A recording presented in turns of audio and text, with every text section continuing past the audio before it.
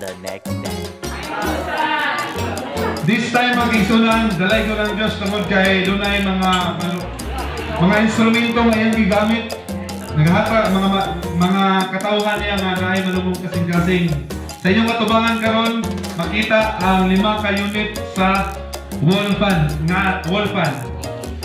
nga magamit English din. Okay, good morning and happy Sabbath to all. Happy Sabbath.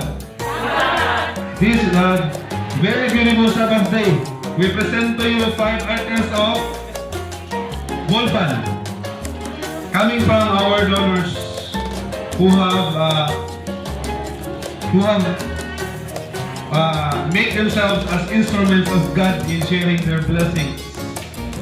Okay, so we have here 5. 1, 2, 3, 4, 5, and brethren of Budod State Church are very happy. Are you? Yes. Okay, so we are so happy.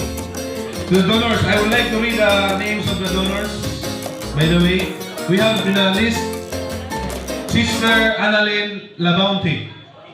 Sister, thank you so much, ma'am. And we have Brother Steve Osimix. Brother, thank you so much, sir.